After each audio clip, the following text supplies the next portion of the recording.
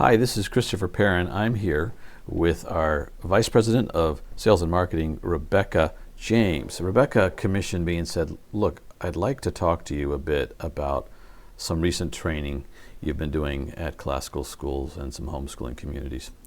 So I think she's got a question about that. Give me your question. I do. Thank you, Chris. So lately you've been talking and consulting with schools and homeschool educators about seeking a full-bodied education. What does that mean, and can you unpack that for us? Right. You know, I do think that we need to pay attention to all five senses that we possess. And that means paying attention to our bodies. Mm-hmm. And our educational enterprise should pay careful attention not just to what we see and hear, but even to what we smell, taste, and touch. Now, I think it's appropriate that in the classical tradition we do privilege words and the text.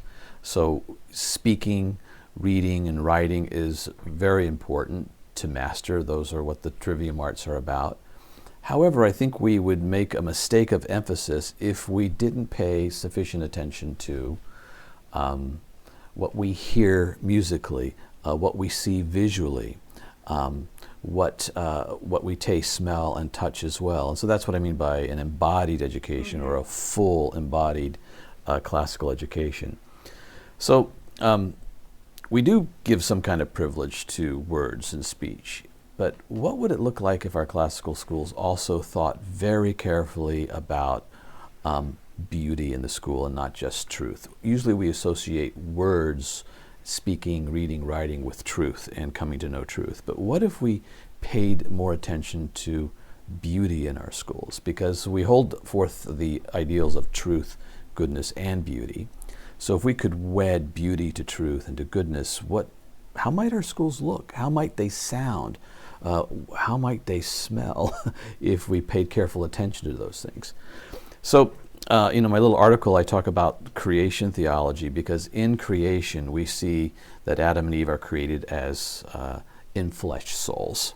They are souls, they have minds, they're able to think with words, and they're made such that they can speak and understand speech. I think that's part of being an image bearer in the Christian tradition. But note that Adam and Eve are also placed in a beautiful garden, where all their bodies are engaging the garden. So they are not just hearing words, which is of course tremendous, that they're hearing even God's words and they're mm-hmm. speaking to one another, and that sets them apart from the animals. But they're in a beautiful garden with beautiful fruit and flowers, things to eat that taste good and smell good. In fact, we read in Genesis 3 that Eve, when she's tempted to eat that one fruit that she shouldn't eat, notes that it is delightful to the eyes. It's beautiful, and I'm sure it smelled good, whatever fruit it was. So, and we know that there were many other trees in the garden where there was beautiful fruit, tasty fruit, delicious fruit that could be enjoyed. So, they're in a garden, and a garden is generally associated with a place of beauty as well as sustenance. So I think we have from the very beginning this ideal that the human body is good and that we are souls in bodies. So I think even in creation theology, there we are. And someone might say, well, you know, in the Christian tradition, even Christ is called the Word, right? Seeming to privilege speech and thinking using word and text, perhaps, and speech. But of course, we know in John 1 that the Word became flesh.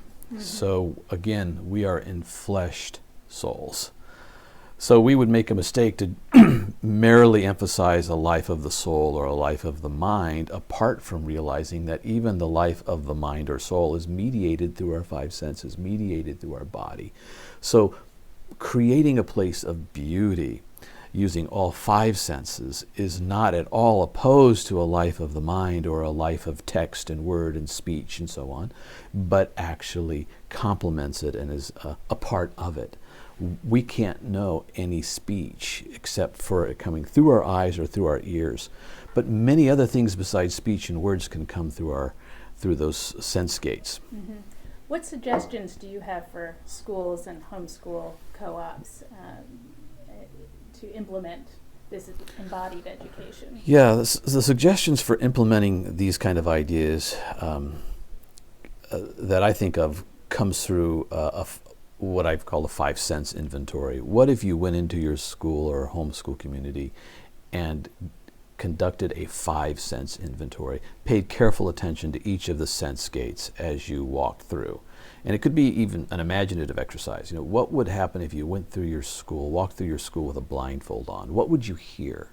What would you want to hear that would delight you and that would represent the ideals of your school, the ideals, say, of truth, goodness, and beauty?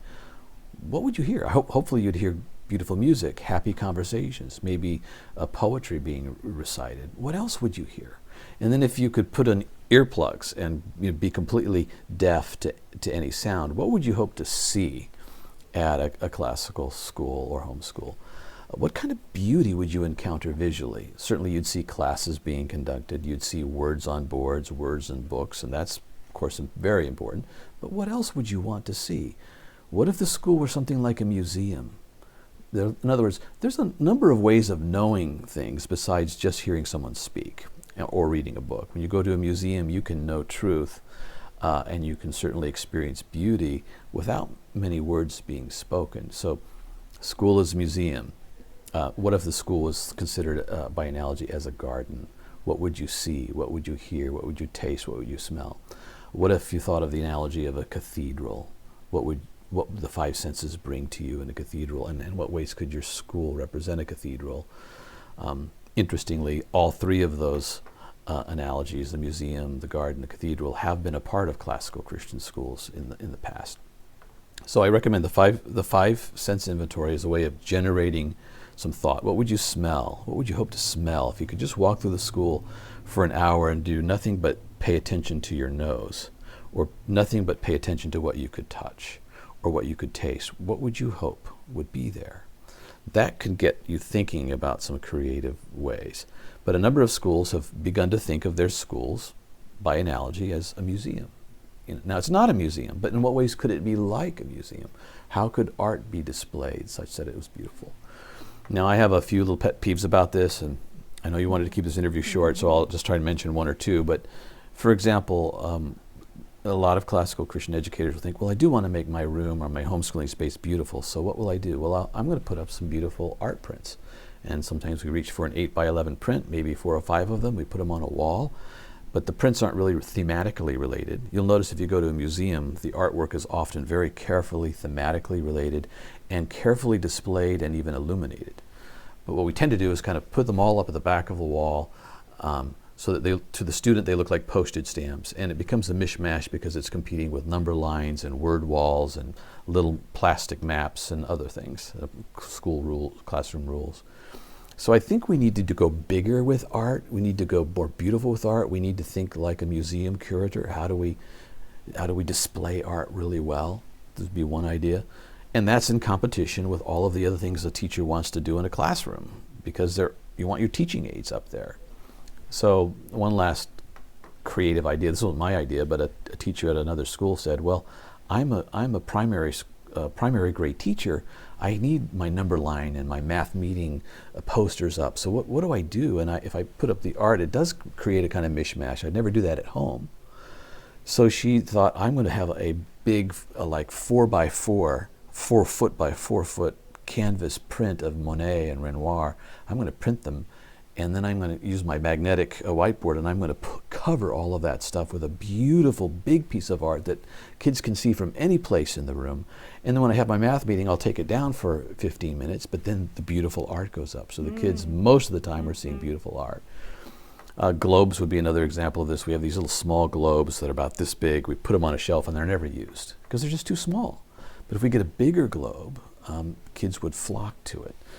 So those would be some examples of ideas of thinking, rethinking, reimagining even what our classrooms could look like. And by extension, I encourage you to think through the whole school.